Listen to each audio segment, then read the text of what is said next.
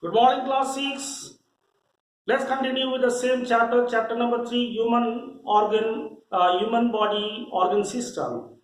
And in this chapter, we were learning about the digestive system, human digestive system. We came to understand that human digestive system is mainly formed of or mainly consists of alimentary canal and the associated glands. Okay, and we were learning about the alimentary canal, and in the alimentary canal, so far we have learned about the mouth. Then again, after that, we discuss about the teeth, different type of teeth, permanent teeth, temporary teeth, canine, molar, premolar, incisor, different types of teeth we discuss. Then again, we discuss about the tongue, function of tongue. So all these things were there. Then after that, we started another topic, that is pharynx, then esophagus. Okay, now comes the next topic, that is stomach. Okay, now the next topic is stomach. Let me draw the stomach for you. The stomach is almost J-shaped muscular organ which helps in churning the food. Okay, which helps in churning the food. So if you are asked about the role of the stomach, the main role of the stomach is churning. It churns the food, mixes the food properly. Okay. And the another important point is that the inner wall of the stomach is lined by the gland which we call as gastric gland. Gastric gland. Okay, gastric gland. Gastric gland. So here, what we come to understand is that the first point which I said just now is that the stomach helps in churning of food. Churning. Let me write properly. Churning of food. Okay, churning of food. Then again, next is provided with gastric gland which releases the juice called gastric juices. Okay, so provided with gastric gland,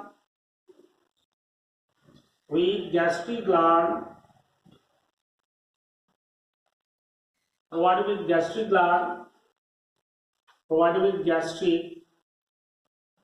gland, okay, and this gastric gland, what it does, secretes or releases gastric juices.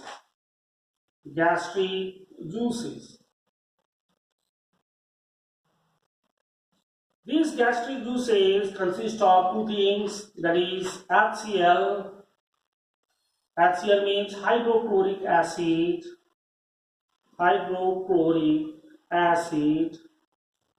Okay, and then the next one is enzyme pepsin.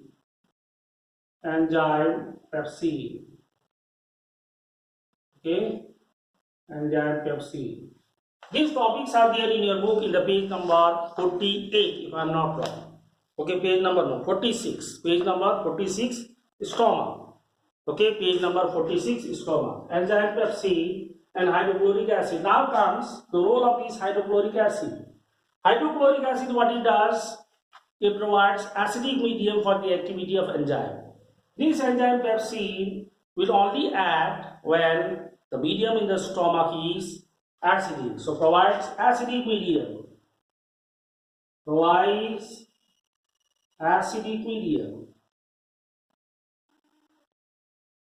And the next point is, you can include that this hydrochloric acid also kills the germs that comes along with the food. Okay, kills the germs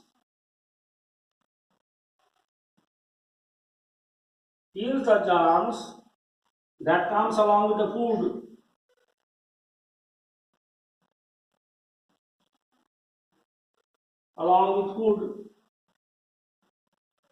So whenever you are asked about the role of hydrochloric acid, these two roles you can note down. That is, it provides acid medium for the activity of enzyme, and the second one is it kills the germs that comes along with the food. Now, what is the role of this pepsin enzyme? These pepsin enzymes, see, you need to understand here the very interesting thing, that whatever the meat which you eat, whether it is chicken, whether it is mutton, whatever the meat you eat, or any proteinaceous food like pulses, okay, gram, when you consume all those things, all those protein containing food is first digested in the stomach. Okay, the digestion of protein first starts in the stomach, and this pepsin acts on the protein containing food and converts the protein into the simpler form, that is peptide and peptones, peptides and peptones. Okay, so that means here the enzyme peptones, here the enzyme pepsin, what it is doing, it is helping to digest the protein molecules present in the food, okay, into simpler form, that is peptides and peptones. Okay, so this is about the stomach. Now after the stomach comes small intestine, then this stomach opens into the small intestine. Okay, opens into the small intestine. Let us know about the small intestine also. Okay, small intestine. Now the next topic is small intestine. The small intestine is highly coiled part of the alimentary canal. Okay, highly coiled part of the alimentary canal. The digestion further takes place after the digestion in the stomach. Now the food goes into the small intestine, and the digestion further occurs in the small intestine.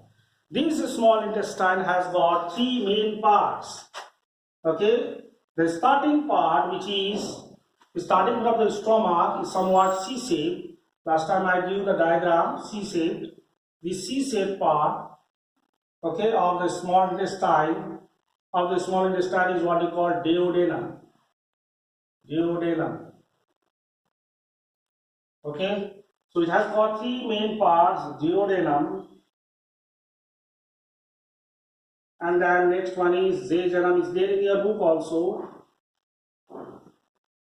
and the last part is ileum. Okay, ileum. Three main parts it has. Now see, in this small intestine, the inner lining of the small intestine is again provided with the glands called intestinal glands, which secretes intestinal juices. These intestinal juices consist of several types of enzymes, which again helps in further digestion. Okay, which helps in further digestion. And again, the another interesting thing or the fact about the small intestine is that the inner wall of this small intestine is provided with finger-like projections.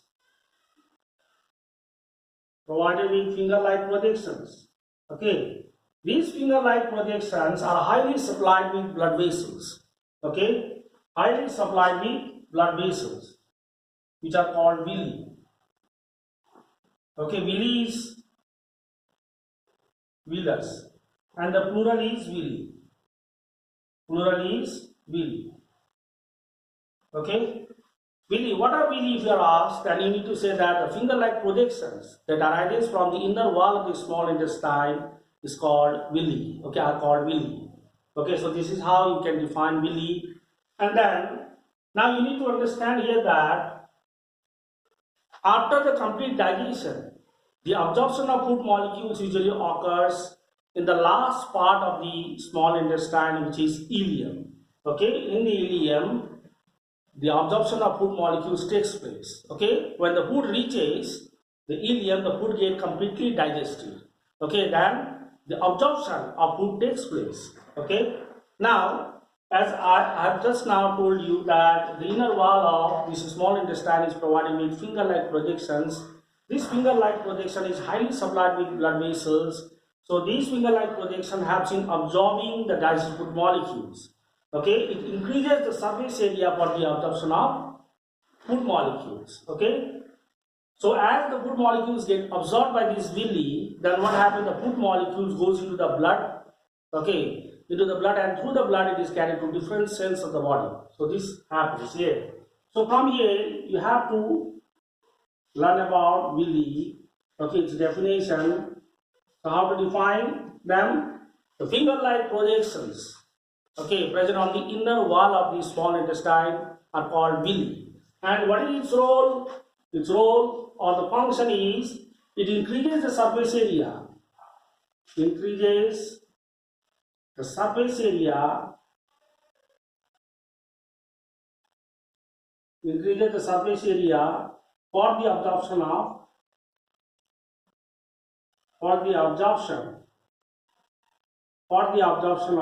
food molecules, digested food molecules,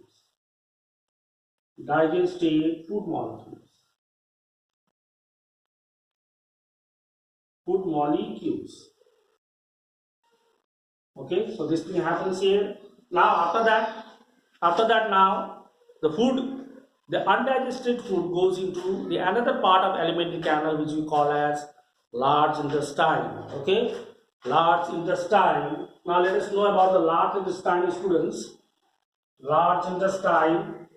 So in the very beginning we have also drawn the alimentary canal of human digestive system. Okay, there we have already drawn large intestine. Okay, large intestine.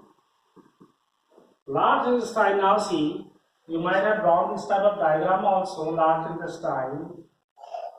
Okay, large intestine.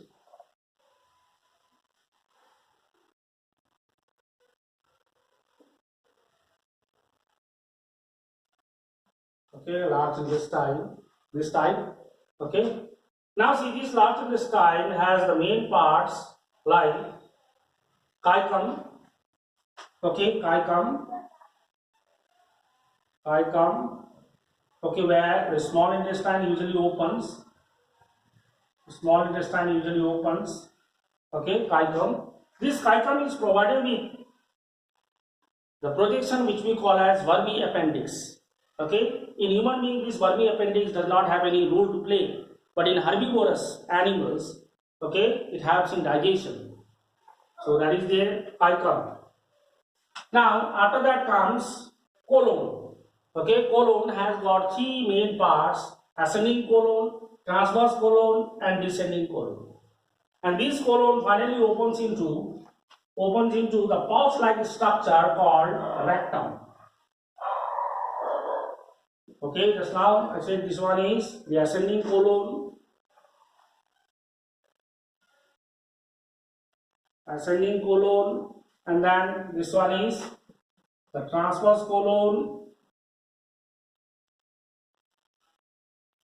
And then down is the descending colon.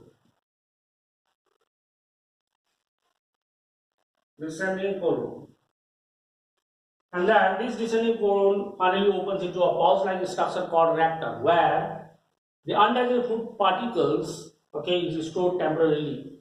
Okay. Now see, this large intestine does not play much role in the process of digestion, but like when the food molecules, undigested food molecules, okay, moves along these large intestine, what happens is that the water present in it, okay, again reabsorbed. Okay, again reabsorbed. So this is only the thing that happens inside this large intestine.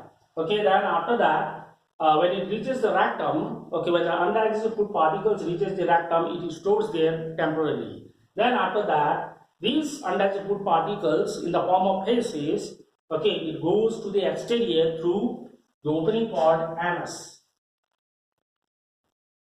Okay, so in this way, just now we completed the different parts of alimentary canal, students. So in the next class, we'll discuss about the digestive glands and their role. Okay, let us keep up to this. Thank you very much.